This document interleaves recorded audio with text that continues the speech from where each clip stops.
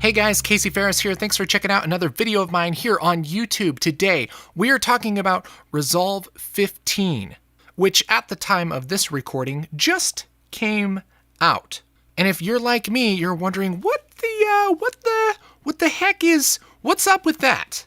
And maybe you want to check it out. Well, this video, my friends, is for you, because what we're going to be doing is going through a crash course of the entire program, pretty much as fast as we can. A lot of the time I get really bored with software tutorials. That's pretty much why I started doing tutorials, is because I feel like they go too slow. Oh my gosh. And they go through every single menu and they talk about every single thing on every menu. You don't freaking need to know every single thing on every menu in order to do stuff. What I always want to know is, okay, how do I pick up the program and actually start making things with it? Because that's what we're all wanting to do anyway. That's what this video is. We're going to go through Resolve, and if you've never opened Resolve before, if you have no idea even really what it is, this will get you up to speed so that you can open up the program and actually make something with it. So this is like the bare bones need to know essentials. So if you're looking for some complete thing that's like 20 hours of training and it's all about how this one says fit and 50% is half, of course, and 100 is 100% and 300 is 3 times that, it's just not the place or the time for that. I feel like I've already talked too much. That's crazy. So let's jump in. First thing I'm gonna do is close the crap out of Resolve and open it again so you can get the full experience. First thing you're gonna do is download and install Resolve. I'm not gonna walk you through that. It's like installing every program ever. And here's what happens when we open it. Splash screen, yes. Resolve 15, that's what I'm talking about. And first of all, let's talk a little bit about what Resolve is. Resolve in the past few years has become a complete post-production powerhouse, which means that you can pretty much do everything in post-production inside of Resolve without having to round trip to another program or anything like that. That's things like editing video, doing graphics, doing composites, doing audio, doing color correction, and doing final render for delivery. And the best part of all of it is it's free, like zero money. They do have a paid version, which lets you output resolutions over UHD. It does some stereoscopic stuff, and there's a couple of fancy effects that the free version doesn't have. But other than that, pretty much everything works the same in the free version. It's totally cool to use, and it works great for even commercial work. So once you open Resolve, the very first thing that comes up is the home screen. This is where all of your projects are gonna live. You can't just like save projects to a random directory like wherever you want, like most programs.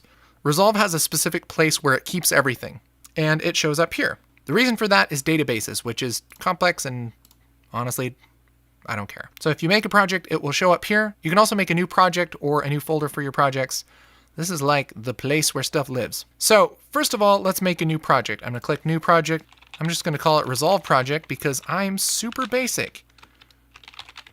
Yes. Create, it thinks for a second, flashes, and now we're brought to the main interface. So what the heck is going on here? Resolve is basically broken up into 6 different tabs. The tabs are here at the bottom, and each tab stands for kind of a job that you would do during post-production. You start out in the edit tab, but it's actually the second tab. The first one is media. This is pretty much where you import and adjust all of your media, take footage and pictures and sounds and everything and bring them into your project. And that's about it. That's about all that happens in the media tab. Edit is where you put together edits inside of a timeline. You can apply effects and adjust parameters and all that stuff. Fusion is where you do compositing, and you can make advanced graphics. You can do all kinds of fancy, amazing things inside of Fusion. In the color tab, that's where you do your color correction for your project. Fairlight is like advanced audio mixing, and Deliver is where you wrap it all up into a video file that people can actually watch. So those are the different pieces of Resolve, and we're gonna walk through them and give you the low down, dirty, need to know information so you can actually start doing stuff. Let's start with the media tab. Spoiler alert, you probably won't use the media tab that much. Here's why. Unless you're doing some fancy stuff with metadata or capturing a tape, things like that, you're not going to spend a lot of time here. This used to make a lot more sense because you couldn't do this stuff in other tabs. But this is how the media tab works. It's broken up into a bunch of different panels, and you'll see these panels kind of throughout Resolve. The top left one is called Media Storage, which you can open and close with this little button up here. This is basically a way to browse your computer.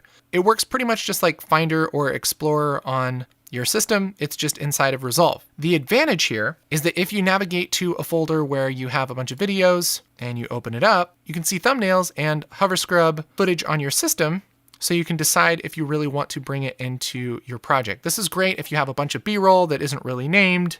It's pretty convenient if you're just looking for a specific shot.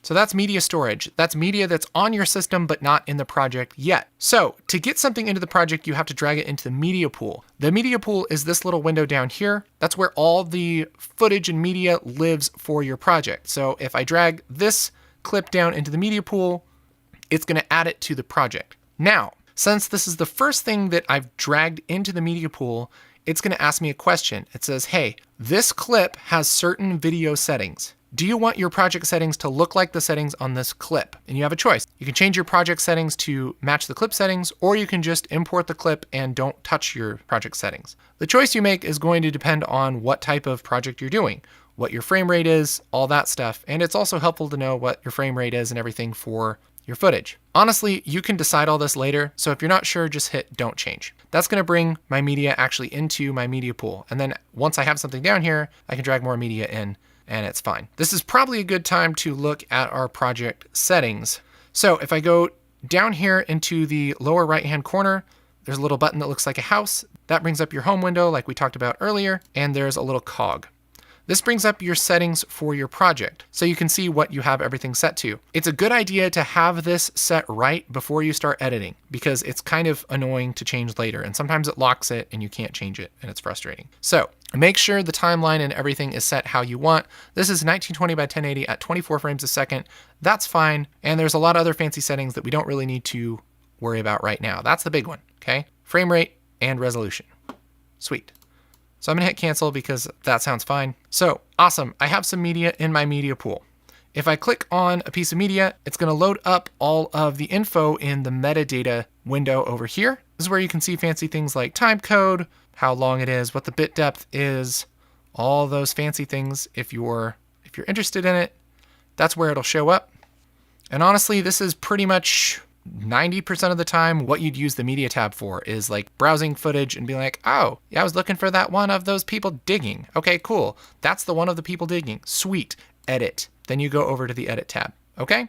But back on the media tab, one thing I will point out is that you can add favorites, which is really cool. So like if you have a folder that you keep all of your footage in and you don't want to go through every single directory on your whole system, you can just drag whatever folder down to your favorites, and that's always there. And that'll show up if you make a new project or whatever. It's really easy to get to that media. This is especially great for stuff like if you have graphics or things that you reuse all the time. Super convenient. Okay, so that's pretty much all I'm going to go over for the media tab. The reason why you don't really need your media tab is because you can go to the edit tab and look, the media pool lives right here. And if you want to, you can just open up your Finder window or your Explorer window and just drag stuff into the media pool. So like I said, media tab, meh. I think that's why the interface starts in the edit tab, because even Blackmagic knows that you're not going to do a whole lot in the media tab, you know? All right, so let's talk about the edit tab. You'll see up top on this bar, we have a bunch of buttons that opens and closes our panels. By default, we'll have the media pool open, and this works exactly like the media tab. Anything that's in here is actually imported into your project. This is where everything in your project is going to live, including timelines and still photos, audio, everything. If you want to, you can stay organized by adding a bin, which is like a folder. Right click here, and I'll say add bin, and everything will disappear and it'll be really scary, but that's just because it's already taken you into that folder. So we'll call this good shots. Awesome. And then I'm going to go back to master right here, and you'll see we have the folder there, and I'll take these shots, which are obviously much better, and put them into my good shots folder. Super cool. You can also make something called a smart bin, which if you go down to smart bins and right click, you can say add smart bin. And what that's going to do is automatically put things in this folder that match certain parameters. So like if the file name contains .mp4, create smart bin. If you click on the smart bin, that's going to be everything that has .mp4 in the name. If I go back to master, you'll see I have carwindow.mov and everything. Now, it doesn't actually move things. It's just kind of a way to sort things really quickly. It's pretty nice to stay organized. So that's the media pool. Let's talk about the other parts of the interface. If you're familiar with video editing at all, this should look really familiar. Down here is the timeline. This is where all the things are laid out in time. Up here are your viewers. The one on the right is what the person viewing your project is going to see at the end. The one on the left is kind of just like your workspace. If you double click on a piece of media, you can load it up into the left viewer, and you can kind of swipe back and forth and figure out what it looks like. The one on the right is going to be what's actually happening in your timeline. So how do we start editing things? Easiest way is just to grab a piece of media and drag it down into the timeline. That's going to automatically make a new timeline and add the piece of media to the timeline. See how everything's all activated now? I can move things left and right. And if I hit spacebar, I can play my project and look at it. Now, there's a few ways to add media to the timeline. You could just drag it from the media pool. You can also, if you double click here, you can do a little bit of editing here in this source window. If I hit I for in, and then go later in the video and hit O for out, that's going to shorten the clip, and then I can drag it into the timeline, and it will already have that in and out. And if I decide I don't like it, I can mouse over the edges and move it back and forth. This should be super obvious and super familiar if you've edited video in just about any program. It works exactly the same in Resolve. It's like the exact same thing, okay? So another thing that you can do if you want to add this clip, let's open a different shot.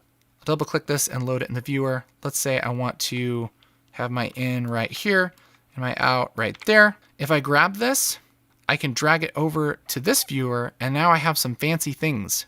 You can play around with these, but this will add it to your timeline in a bunch of different ways. For instance, if I hit place on top, what it's going to do is add this clip on top in the video track up from my first video track. So that means that we don't write over anything, okay? If I do the same thing, but I say overwrite, look what happens. It kind of splits this clip and gets rid of it so that we show our new clip. I'll hit Control Z to undo. And there's a bunch of different things that you can do. Append to end, we'll just add it to the end of the timeline. So if I had this way out here and I said append to end, boom, it's just going to add it to the end of the timeline, no matter where my playhead is. That's super convenient if you're just trying to get a bunch of clips into your timeline and you're going to worry about messing with them later. So you can play with all of those things. It can be really convenient depending on your workflow. But like I said, the other thing you can do is just drag a piece of media down to the timeline, and you can edit the ins and outs in the timeline by dragging the edges. A way that I like to work is I can hit spacebar to play, and wherever I want to make an edit, I can use my playhead to do certain things to the clip. All I have to do is remember a couple of keyboard shortcuts. The first one is Control \\. That's the slash that's above the return key. I'll just hit Control \\. And what that does is split the clip right at the playhead. So I'll do it again right here. And that's really nice if you want to make a cut, but you don't want to switch tools and do a bunch of silliness. You can just play through here, Control \\, and cut your clip. That's something that I use all the time. Before I show you my other trick, let's take a look at some of the tools right here. This little toolbar gives you options for doing things in the timeline. The first one on by default is your pointer. And if you mouse over different parts of the clip, we'll let you do different things like roll the edge of the clip. If you grab this little white marker thing, you can add a quick fade. Those are super convenient. If I mouse over a cut in between two clips, I can roll it back and forth. But I also have another tool here, which is called the trim edit mode. I can click that, and this will give me a little bit more options. If I mouse over towards the top of the clip, I can slip this clip around in time, which you can kind of see visually what's happening. We're pretty much just keeping our cuts and then selecting a different part of the clip. That's super convenient. If you didn't quite get your cut right and you want that to happen, let's say I want that pull to happen a little bit earlier in the cut, I can move that down and adjust it so it happens a little sooner. If I mouse over the bottom of the clip, it turns into slide mode, and that's going to move the whole clip back and forth in my timeline. I'll make a cut to kind of show how that works. It kind of moves everything with it. It's a very nice way to move stuff around in the timeline. You can select different parts of your clip, move it around. Anyway, those tools take some getting used to, but really convenient. The other major tool you're going to be using is the blade tool, which you can select a frame to cut on, just like that, and cut up your video and adjust it how you normally would in a video editor. The other shortcut I wanted to show you really quick is called ripple trim. I'm going to bring a clip into the timeline, and here's what this shortcut does, all right? It's as if I'm going to bring my playhead here, and here's what it's going to do. It's going to make a cut in this clip. It's going to select the front part of it. It's going to delete it, and it's going to move this whole clip down there, all in one swoop. So I'll undo, and I'll hit Control Shift Left bracket. And that's going to do all of that in one. The cool thing here is if you're wanting to do some quick editing, you can kind of scrub through your timeline and do something like, okay, I want it right before he blinks, like right there, Control Shift Left bracket, and then I'm going to cut right after he blinks, and I can do Control Shift Right bracket, and it's going to chop off the end of this, and I can really quickly go through and do a rough cut of all of my clips in the timeline. Super nice. Up here, we also have the ability to add flags and markers in case you want to indicate something like, oh, maybe it's B-roll, or maybe you want to check it later or something. A marker goes in the timeline, or if you have the clip selected, it will go on the clip. And that's to denote a specific area and time. If you double click on a marker, you can open it up and add notes and all that stuff. That's great for reviewing edits, especially if you're working with other people. But for now, I'll get rid of stuff. Also, let's talk a little bit about viewing stuff in the timeline. If you click this little button right here, these are a whole bunch of timeline view options. If you click this first button, this opens up stacked timelines, so you can have multiple timelines open in one window. So I'll make a copy, and you can switch in between them really quickly. That's great if you have multiple different edits. You can also choose whether to view audio waveforms. So if you have a sound effect here and it shows up and you're like, oh man, what's going on? You might not have the audio waveforms clicked. So that toggles those on and off. There's also view options for thumbnails and track height and all that stuff.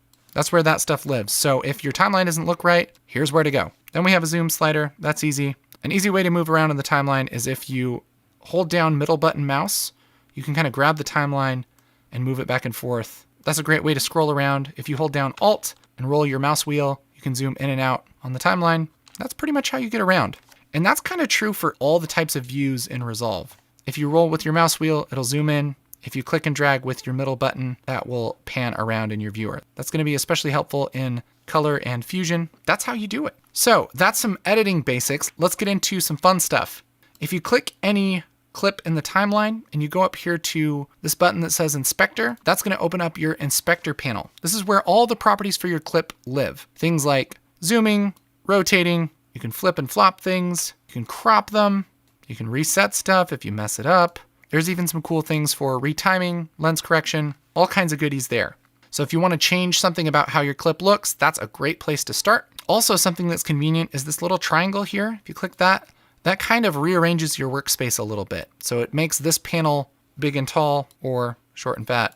You know, same thing over here with your media pool if you want to kind of move stuff around in the interface. And these happen all throughout Resolve. The other thing worth noting is the effects library. So I'm going to open up my media pool. That kind of lives under the media pool. If you click effects library, that pops up right here. And this is where all the fancy video and audio effects and graphics and all kinds of fancy things live here. So if you want to add a transition under the toolbox here, there's video transitions, and you just drag those to your timeline towards the end of a clip, and there you'll see your transition.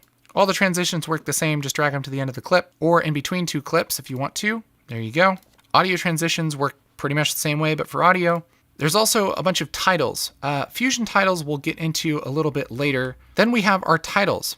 The upper part are basically things that will work really well in the Edit tab. If you click on this in the timeline, the properties open up in the inspector, and you can say, look at this. You can change your font and do all the fancy things that you would expect you could do with a titler. You can add a nice drop shadow, make things look classy. That's definitely worth playing around with. That's like for super easy, simple text.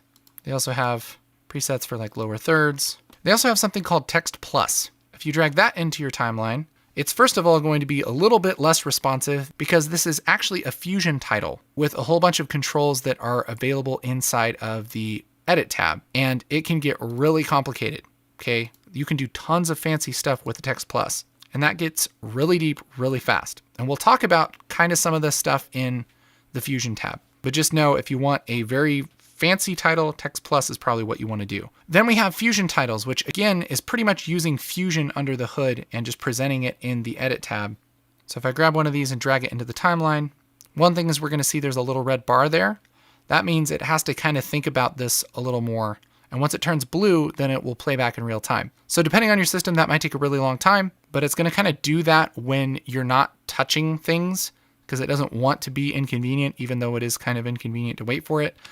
But once it's done, you can hit the play button, and then there we have kind of a fancy animated title. And this is using all the fancy things from Fusion. But if you click it, you can open up in the inspector and change some basic properties of it without too much trouble. So Resolve ships with a bunch of pretty basic Fusion titles. One thing I want to mention is that at Ground Control, we actually have a pack of Fusion titles that we made with editors in mind. Here's one of them called Solid Title. It's a collection of titles that look really nice. They're animated. You can adjust properties inside of the Edit tab, and they look really nice out of the box. This is from our pack called Fusion Titles for Editors, Volume 1. That's available at groundcontrolcolor.com, or you can click this link right here and check it out for yourself and get those titles that you can use for your project. Okay, so that's pretty much the ins and outs of the Edit tab. There are a few other things like the audio mixer that you might want to check out, but honestly, a lot of that is going to be done in Fairlight, so we'll talk about that in a little bit. So now we're going to jump into Fusion. But first, I'm going to open a new project so it's a little bit easier to show you Fusion and color stuff and kind of the fancy stuff that Resolve does. So in my Edit tab, I'm just going to drag a few clips in here for us to play with in the other sections. So let's take a look at the Fusion tab. Fusion is all about compositing. So if you've ever used After Effects or if you know what it is, this is all about doing fancy things to video. It can be stuff like adding explosions in the background. It can be adding graphics over things. It can be cloning things out.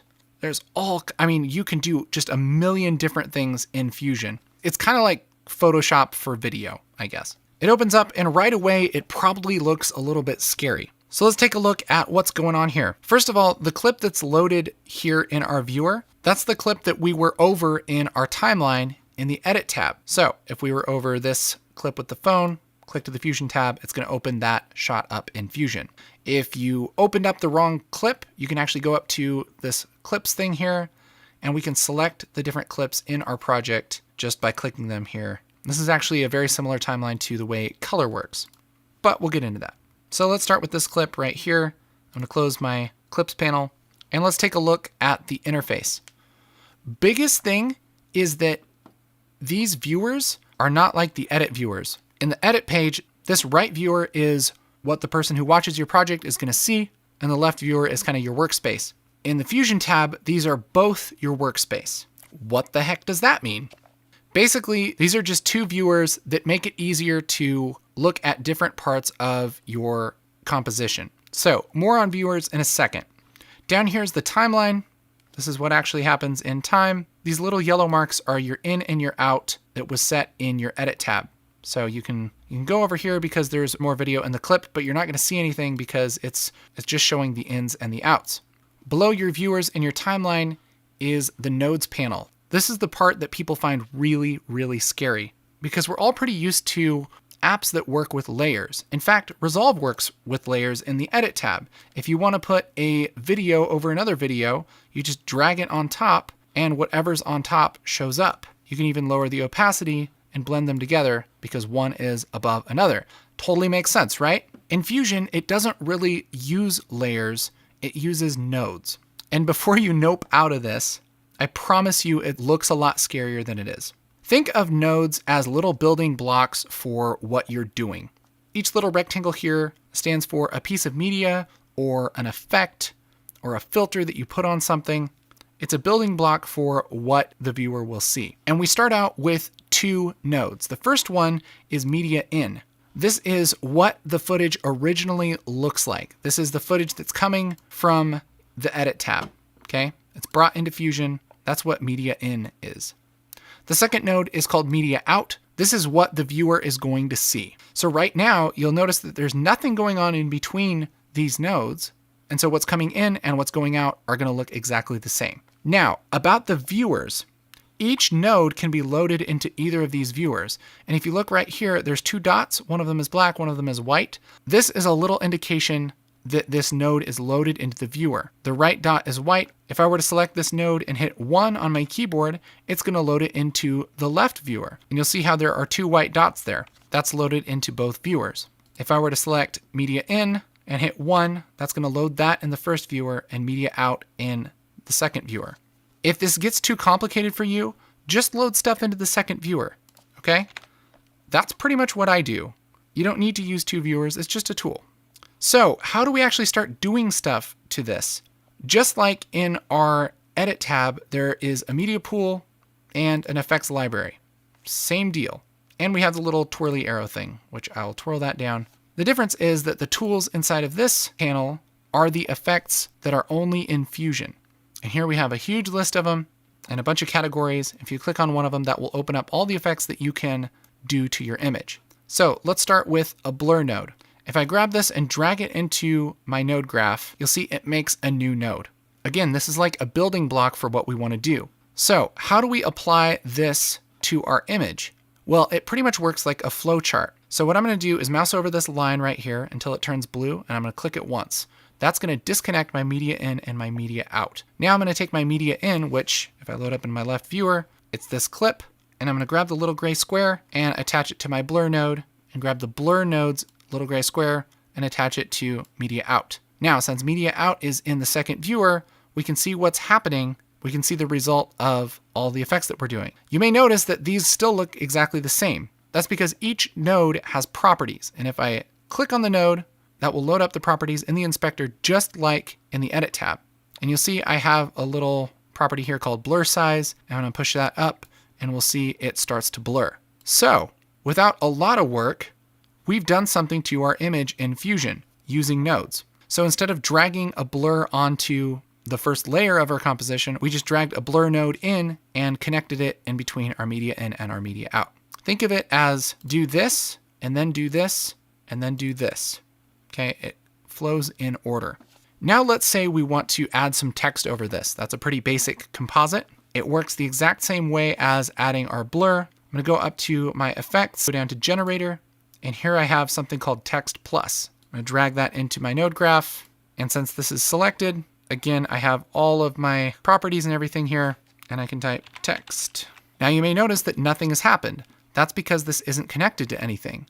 If I want to preview what's going on, I can load this up in a viewer. So I'll select it and hit the number 1 on my keyboard. And that'll come up in the first viewer. So this is a great way to kind of use it like the source and program windows in the Edit tab.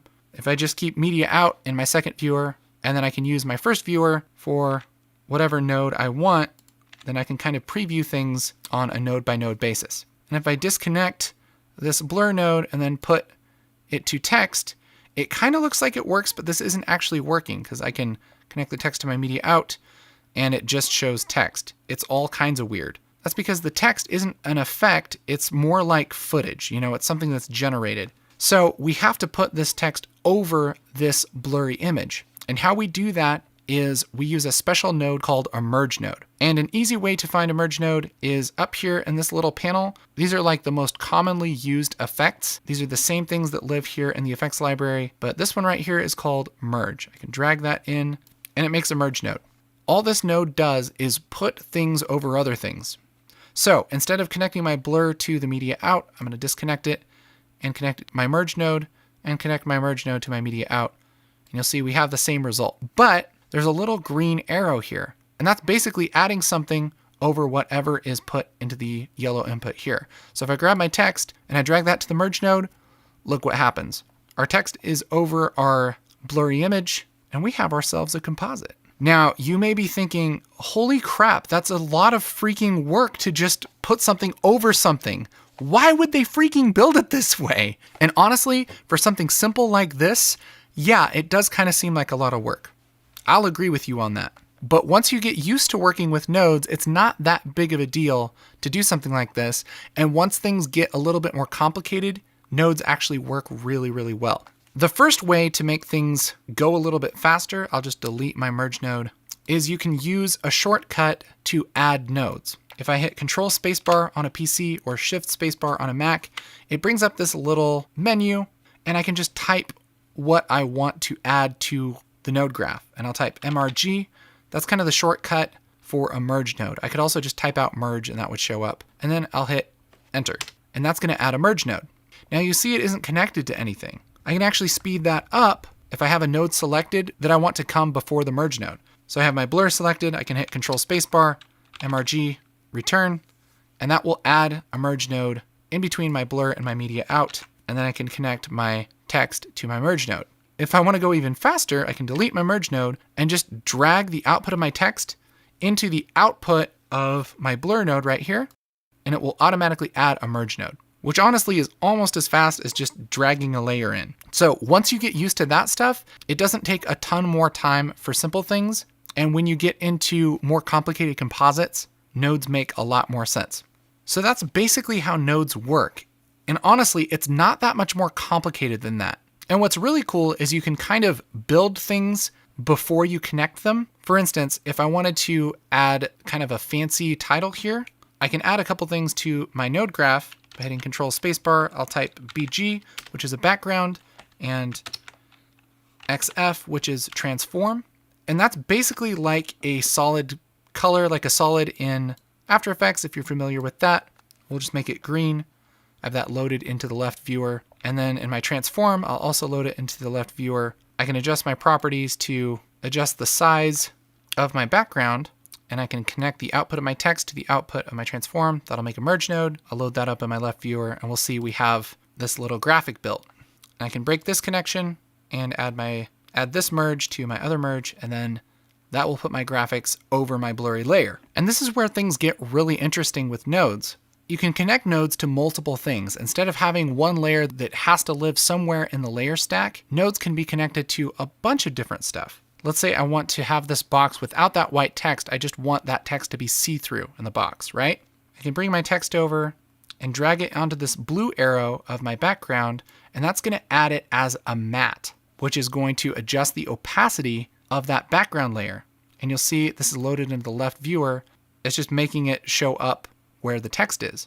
Then if I go into my properties of my background, under this third section here, I can say apply mask inverted. And there we can see that text is actually see-through now. Go back to my text and adjust the size. Maybe I'll reset my transform, disconnect my text from the merge, and look, there we have our see-through text. It's really easy to kind of change stuff around and play around using nodes. You can even do something like add a node over itself. I'll grab the output of my transform, attach it to my green arrow here on my merge, and I'm actually adding this green layer over itself. I'll add a new node, just a color corrector node, and I can connect that color corrector. I'll just play with the colors so we can see the difference.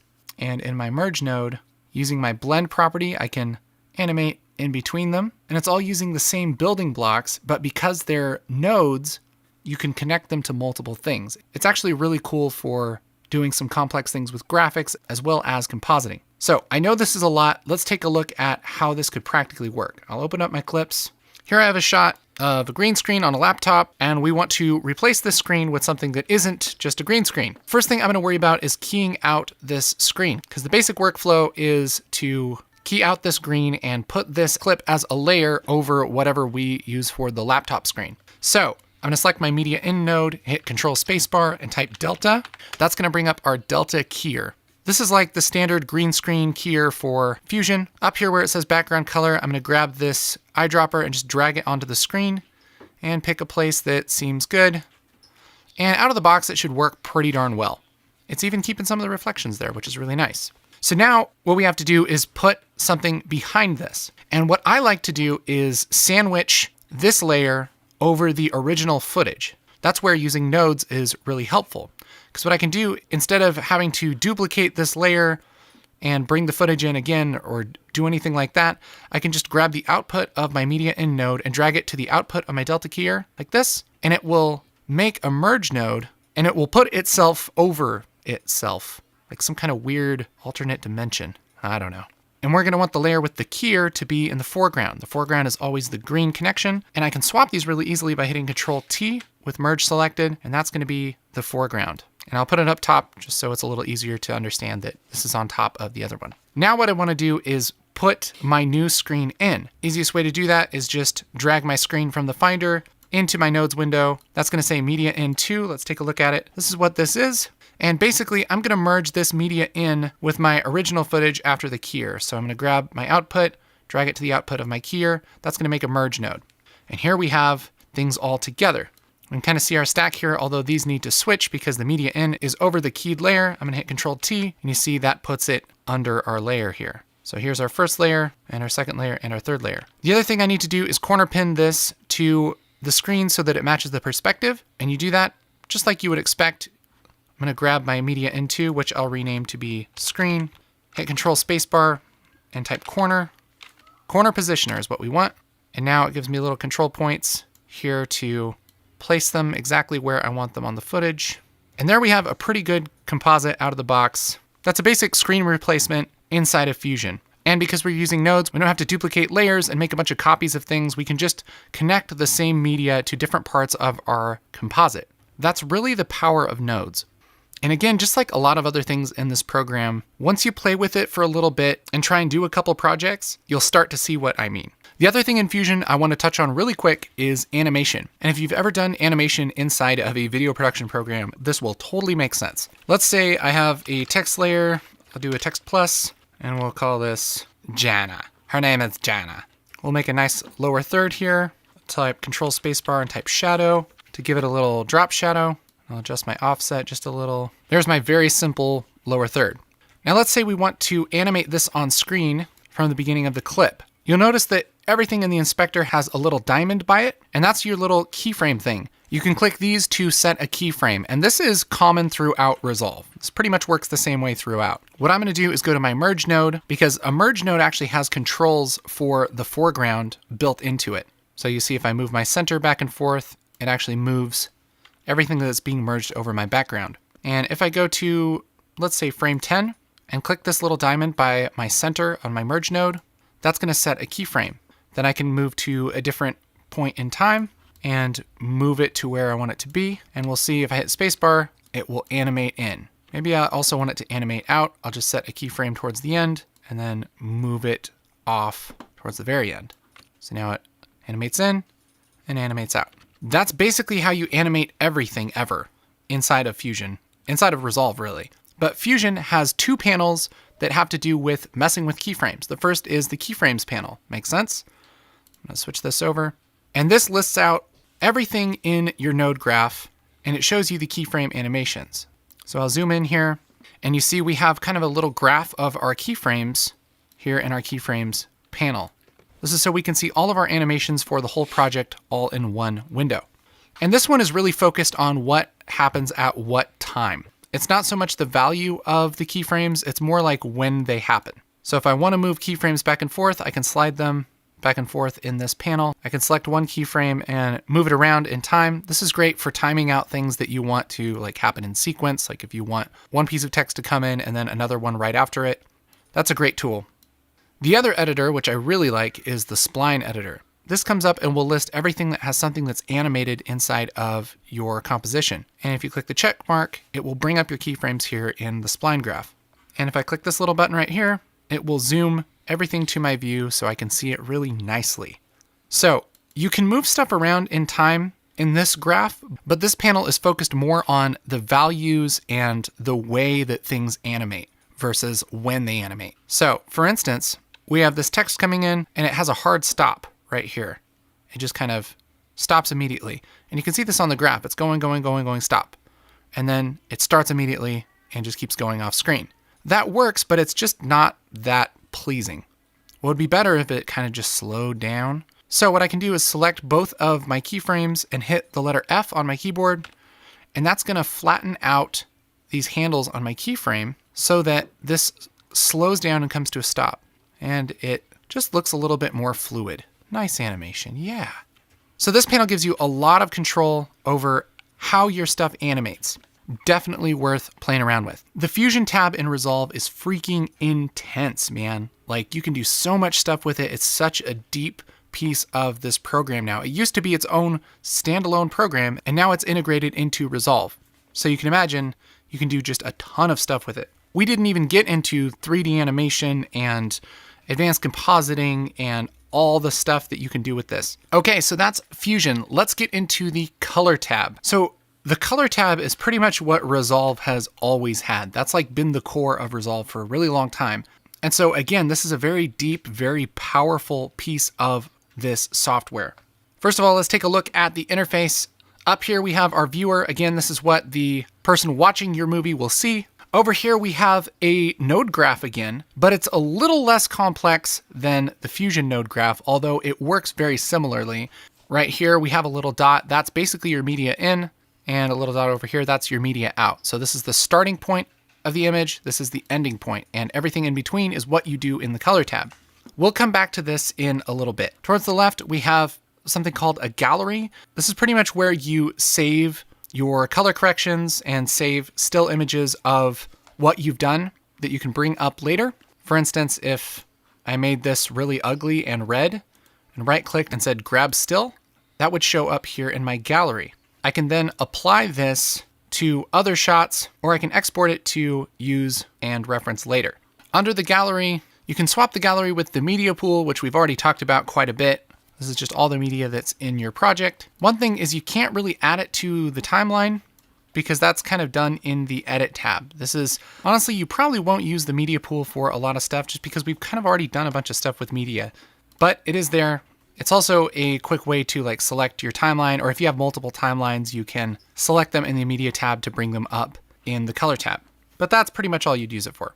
We also have a LUTs panel. This is an easy way to preview and apply LUTs to your footage. If you have LUTs, you can quickly just mouse over and preview them on your footage. This is super convenient. I actually have a video all about this right here if you want to learn more, but we'll close that for now. Down here, we have our clips timeline. This is pretty much the easiest way to go from shot to shot and select the clips that you want to work on. Works very similar to the clips timeline in the Fusion tab. Down here, we have the mini timeline. This is pretty useless. I always close it. I always close that. I'm sure some people like it. I never use it. Down below the clips timeline, we have a ton of different panels. I'm going to go through and show you the need to know panels. The one you'll use the most is the color wheels panel. This has your lift, gamma, and gain. These are like where you do most of your color adjustments, gain being the brightest colors in the image, gamma being the midtones, and lift being the darkest colors of the image. You can double click on these wheels to reset them. And then down here we have contrast, we have saturation. You just mouse over the number and slide, double click to reset. You can rotate your hue, same thing. And there's actually two little panels of these little controls. Here where it says 1, you can click on 2, and there's like color temperature, tint. There's also something called midtone detail, which pretty much takes the details out of the midtones in the image or kind of sharpens them and brings them back in. That's really nice for things like softening skin or making people look older and uglier, depending on which way you push that. There are other panels behind this that you're probably not going to use a whole lot. There is a camera raw panel, so if you shoot in RAW like on Blackmagic or like Magic Lantern or Red, then you can adjust your camera raw controls there. And if you're familiar enough with RAW, that's going to make a ton of sense. It's just like Photoshop and every other thing that deals with RAW. Over here we have our curves panel. This is a really useful panel. We have kind of our standard curves like you'd find in Photoshop. You can adjust the contrast of things. You can unlink channels and just like bring down your red curve and give it color casts and everything. Works pretty much exactly like curves do in Photoshop or most other color type of programs. But there's also some like advanced curves, which you'll notice that some of these panels have these little dots here, and this kind of switches out the controls for this panel specifically. So the first one is called custom curves, and then we have curves called hue versus saturation, hue versus luminance, luminance versus saturation, and saturation versus saturation. And this pretty much remaps things in the image based on a certain category. For instance, if we go to hue versus saturation, we can desaturate certain colors while keeping the saturation of other colors. Let's say we want to desaturate everything but these yellow pants. I can eyedropper these pants. That'll make a point on my curve here, and I can bring everything else down, and I can leave those pants looking nice and yellow. So these are really great to play with if you want to do some specific effects. Another one that's really helpful is luminance versus saturation. So if you're trying to do a really strong look, like maybe a really warm look, you can desaturate the darkest and lightest parts of the image and get some really interesting effects. Definitely worth playing around with. Behind our curves, we have a qualifier, and this is basically like chroma keying. It selects a part in the image based on a color. So if we want to select just these lemons, I can eyedropper these lemons, and the qualifier will select things based on hue, saturation, and luminance. And if I go up here to this little magic wand and click it, that's my highlight mode. That's going to show you just what's being selected in the image, whether it's from this or from some things we're going to talk about in a little bit. And looking at this, I can adjust my selection. So if I go to my hue width and roll up on that, that's going to include more and more colors into my image. Same with saturation. And I can really refine the parts in my image that are being selected. There's also some controls over here. Biggest ones are clean black and clean white, which if you roll up on those, it basically makes your selection better automatically. And I'll come out of highlight mode, and you see whatever I do is just going to select those yellowish colors. So that's a great way if you want to desaturate just part of your image, or this works really well with skin. I can qualify her skin here, go to my highlight and turn it into horror movie mode, where you're freaking looking at a vampire. And now I can do things just to give her a little bit more of a tan. I can mess with the hue and make her look like some kind of alien thing. This qualifier you're going to be using a lot to select just specific parts of your image, whether it's for a silly, crazy effect like this or something more subtle. There's also a version of this called the 3D keyer. If you go here where it says HSL and go down to 3D, how this works is you pretty much just draw a line on what you want, and it will try and make the best selection for you without you having to mess with a bunch of parameters. So if I go into my highlight, you'll see it's a pretty good selection, and I can clean my white and get a very similar result without a whole lot of tweaking. Sometimes this works better, sometimes HSL works better. And basically, if one isn't working for you, try the other one. Similar to the qualifier is our Windows panel. This is all about selecting a part of the image as well. The difference is that you don't do it with a key and an eyedropper, you do it with a physical shape, like this. This is basically like a mask in After Effects or Photoshop. Any adjustments that you make happen inside of that mask. If you click this little thing here, you can invert it. You can limit all your adjustments to inside of this shape. There's a variety of different shapes here. There's also, if you click this one that looks like a little curve, this is called a power curve. It's basically a custom shape that you can draw to make a really specific type of selection like that. You can also soften it. And a lot of the time you're going to use all of these tools all at once. For instance, when you're working on skin, you could make a selection. Let's do a selection with our 3D keyer, clean our white, and then we can limit that with a window. You'll see that the selections kind of work together to limit each other. And then I can use my curves to adjust the way that the skin looks. So all of these things work together. We also have a tracker palette, which is the fourth icon from the left. And this is where you track specific features inside of your shot. Like let's say I wanted to adjust the colors on this bridge, but it's moving. What I can do is make a custom shape with a window that selects the bridge, and I can go to my tracker and hit this play button, and it will track it forward and track everything that's limited by that window. So now, even though the shot's moving, I can make some pretty specific adjustments on my bridge, and it tracks with the shot. This is absolutely like one of the most amazing features that Resolve has. This tracker is unreal at how fast and accurate and convenient it is. So let's go to this shot. Let's say we want to add a light onto her face. What I can do is make a custom shape like this and just trace her face like that. I go to my tracker palette and track it forward and track it backward, and it will just magically track it amazingly. That's the thing, is you'll kind of just get used to Resolve just magically tracking things amazingly. And then I can do something like push up my gain, maybe add a little bit of color there. Maybe they're looking at a phone screen or something. And then I'll go to my window and soften it a little bit. And now I've relit this shot in about 5 seconds. So again, all this stuff kind of works together. We also have a blur and sharpen palette, which you can use to blur and sharpen things. Those are the main things that you're going to be using for the color controls. Over here we have the keyframes palette, which is very similar to the keyframes palette inside of Fusion. If you twirl this down, you can see all the things that are animated. You can add keyframes and animate things over time using this panel. Okay, I'm going to close my clips here just so we have a little bit more room. Down here behind the keyframes panel, if you click this little waveform thing, that's going to bring up our color grading scopes. And real quick, if you're not familiar with these, there's basically 4 different types of scopes. There's parade, waveform, vector scope, and histogram. Histogram you might be familiar with Photoshop. I don't think it's that useful, so I don't really use it. So I'm not going to go over it. Vector scope, I'm going to turn my brightness up here on my vector scope.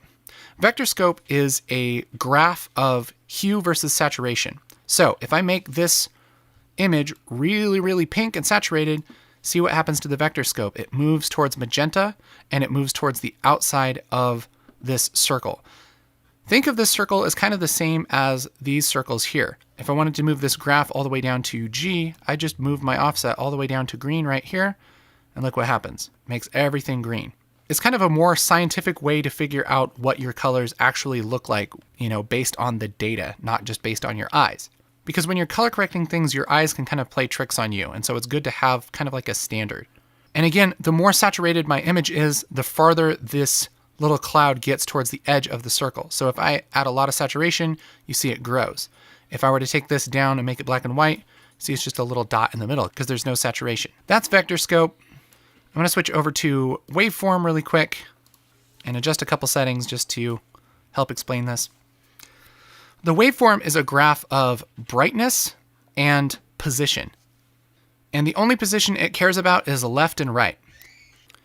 So if I were to take the brightness of this whole image down, you'll see the graph shrinks. And make it brighter, it goes towards the top. Now let's make a circle window and just make it super bright. Look what happens on our graph. We can see that there's a bright place towards the left of the graph, but it doesn't matter a whole lot whether it's towards the top or the bottom of the frame. It just shows up on the left of the graph. That's because it's only plotting the horizontal position and the brightness. So if I move this over, you'll see what happens. So it gives you a little bit more data than just the brightness. It also shows you kind of where the brighter parts of the image are. So it's a little bit easier to tell what the graph is actually measuring. So you may be saying, this is bright, and then this side is dark. Why is everything spread out? Why isn't it just a line? That's because things are slightly different brightnesses, and it's plotting all the pixels in the shot. Some of them are really bright, some of them are a little bit darker, and it's putting them on a graph. So the parade is basically the exact same thing, just kind of squished into 3 colors, red, green, and blue. So you notice the same thing happens. These are basically just 3 waveforms side by side and split up by channel. So if the red channel is really high, you'll notice that these kind of get out of balance. And so this is an easy way to tell not only the brightness of the image and some of the information from left to right, but also the color cast of the image. So if something's really red, the red channel's higher. If something's blue, the blue channel's higher. This makes it really convenient to do things like white balance. So if I bring up the saturation quite a bit, zoom in, we can look at this tint. And I notice that the tint is right here on each of these graphs because it's towards the middle of the frame and it's pretty bright. And because it's kind of white, it's going to look similar on all 3 channels because white is equal parts red, green, and blue. So I can look at this tint on the graph, which I assume is supposed to be white, and I can move my gain around and try and balance it out so that that tint is the exact same height on each of these graphs. And that's pretty much how you white balance. Again, this kind of takes some getting used to, but that's pretty much how color scopes work. Again, I'll reset everything, and let's talk about nodes. Nodes, just like in Fusion, are basically like building blocks for your color grade. There's a few different types of color nodes, but the main one that you're going to be using is called a serial node. That's what this node is. If you hit Alt-S on your keyboard, that's going to add another node. And even though this kind of gets scary, really all that's happening is, okay, take the original footage and do something in this node, and then do something in this node, and then render it, okay? And all of these controls, if I change something, that change lives inside of a node. It's kind of like a group of things that you do to the colors, okay? So for instance, if I were to mess with these curves and make a very high contrast grade, that's going to happen in this first node. So I'll right click and say node label and call this high con. And that's my first group of corrections. Then I can do something else afterwards and everything resets, and it's kind of taking what happens in this node as the starting image for this node. So maybe I want to make it really warm, right? And I'll label this node warm. So now I have 2 nodes. I'm making the image high contrast, and then I'm making it warm, and then I'm rendering it. And I can turn off these nodes by clicking the name or the number. So I can have it just high contrast or just warm. This is a great way to strategically build your color grades so that they're easier to adjust later and kind of keep yourself organized. Here's how I usually do it. We'll reset everything. In this first node, I'll do like a basic correction, which I'm going to need my scopes for. Bring them up here in this panel. Practically, this is how I would do a color grade in the color tab, using nodes and using all the tools we've learned about. This first node, I like to do just an initial adjustment, okay? That means I want things that are dark to be dark. I want things that are white to be white. I want it to have good saturation, good contrast, okay? So what I'm gonna do is on this little wheel right here, which is the darkest parts of my image, I'm gonna roll down, and you can see on my scopes that the darkest parts of my image are getting down to 0, which is pure black. I can do the same thing for gain. Make sure that the things that are white are at least towards the top of the scope. If I push them up too much, I'm gonna lose information. It's gonna be blown out. But I want it to be at least pretty bright. I don't really want things to be clipped off of the scope, but I do want them towards the top. So that's pretty good contrast. I'm also gonna bump up my saturation a little bit, and there we have a pretty decent looking shot. I could also boost up my gamma a little bit, just to give it a little bit more brightness in the midtones. So I'll right click this and label it correction. Then I can make a new node to do something else. I'll hit Alt S, and now maybe I can do something like add a contrast curve to give it a little bit of style. I'll go to my curves and make a little S curve, not too strong, keep it a little tasteful. And here's without, and here's with it. Right click, node label, curve. Then maybe I'll want to do something like add a vignette. I'll hit Alt S, and I can go to my window, click circle. That's gonna make a circle window in my shot, and I can adjust the size and the softness of this, and find it's easier just to pull my gamma down a little bit. That's gonna darken the center of my image, which is the opposite of what I want. So I'm gonna go over to my Windows panel, and right here, this dot inside of a square, I'm gonna click that, and that's gonna invert my window. And if I turn this off and on, I can see it's darkening the edges there. Right click and call this vignette. So that's pretty much how you would build a color grade piece by piece using nodes. Again, this is something you might be able to do at least a lot of this in one node, but it's nice to be able to turn off parts of this. Like, oh, what does this look like without the curve? You can kind of adjust it in pieces.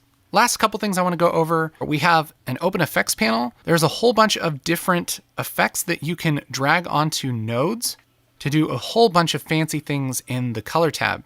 I'll make a new node and drag my light rays onto that node. Now she's shopping for produce in heaven.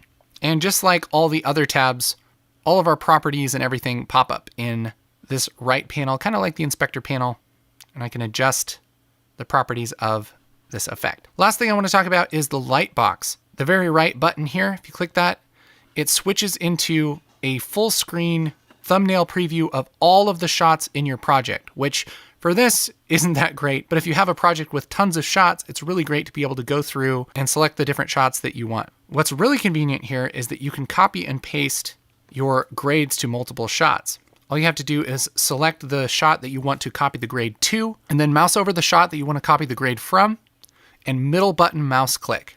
That will copy all of your nodes and everything into this shot. This also works the exact same way in the clips timeline. If I want to copy and paste my grade from one shot to another, I'm going to select the shot I want to copy to, mouse over the shot I want to copy from, middle button mouse click. That's going to bring all my corrections and everything over to my new shot.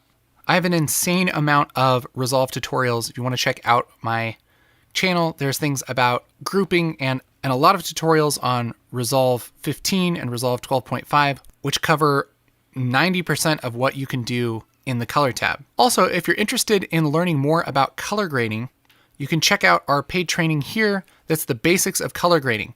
That again is hosted by me, and we go through the ins and outs of some of the tools in Resolve, but mostly the whole concept of how to work with colors in a project. We go over fixing white balance, doing creative looks, doing secondary corrections, all of those fancy things. So check that out right here. All right, so let's move on to the Fairlight tab. Fairlight is, again, just an insanely deep part of Resolve. This is another case of taking an entire app and just integrating it into part of DaVinci Resolve. So we're gonna go over the need to know stuff here. Short of the long is this is for audio. This is where you'll do your advanced mixing. You can put in audio filters. You can adjust all kinds of audio things. And it works very similarly to the other tabs. It's just focused on audio. So here we have our audio meters and some stuff I'm not going to get a ton into right now. We have our video preview up in the corner. And down here we have the timeline, which is where you're going to be doing most of your work. This is where you actually add sound effects and music and everything and play with it in time.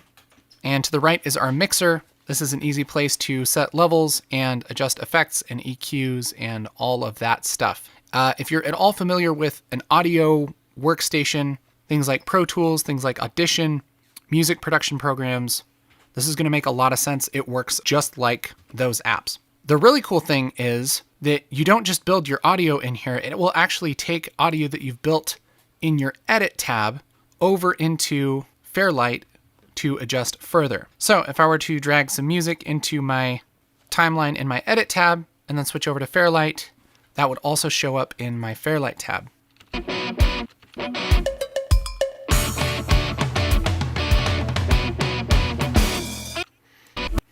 Once I have things in my timeline, I can adjust them and edit them just like you would expect. I can trim clips. I can adjust the volume with this white line in the middle, and I can adjust track volume here in my mixer. This is all pretty straightforward and honestly a lot like working with things in the Edit tab. We have similar view controls. We have similar tools. And again, that just kind of takes some playing around with to get used to. Up here we have our media pool, which we should be very familiar with by now, as well as an effects library, which works the same way all the other effects libraries work. It's just limited to audio effects, and you can drag the effect onto a clip or onto a track. If you drag it onto the track, it will show up here under the effects in your mixer. If you drag it onto a clip, you can open up the inspector, and just like all the other tabs, adjust the properties of your selected clip. One thing that's really cool is that each clip has kind of some native stuff that's really helpful for audio mixing. Things like a built-in equalizer. All I have to do is turn it on and I can adjust EQ stuff without having to load an equalizer effect or anything like that. It's just kind of built in, which is really nice. So if I want to do like a high pass thing or make it sound like it's outside, that's really easy to do. One thing also I want to point out is this panel called Sound Library. This is a way to have sounds on your system easily accessible, especially if you're going to like reuse them a lot. It's a great resource. So I'm going to hit Add Library, take a few minutes to index all of that. This is a sound pack that's made for editors from a company called Wave Brigade, one of Ground Control's sister companies, and it's a collection of over 2,500 sound assets built for video editors. It's completely royalty-free, broadcast quality, unlimited use.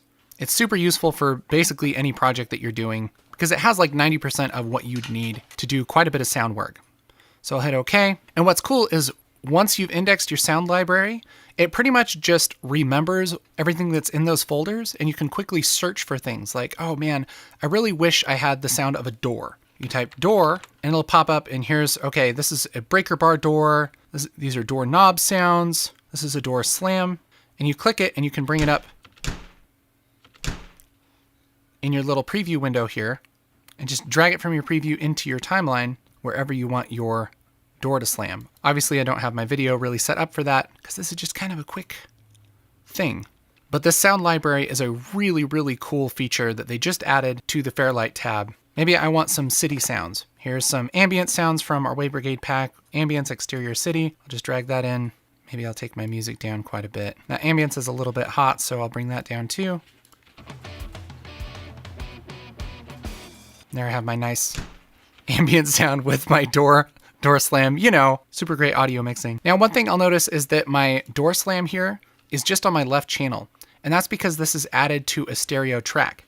Easiest way to fix this is just right click on the track and say change track type to mono, and that's going to make it so anything that I add to this track just plays balanced across both of the speakers. Much better.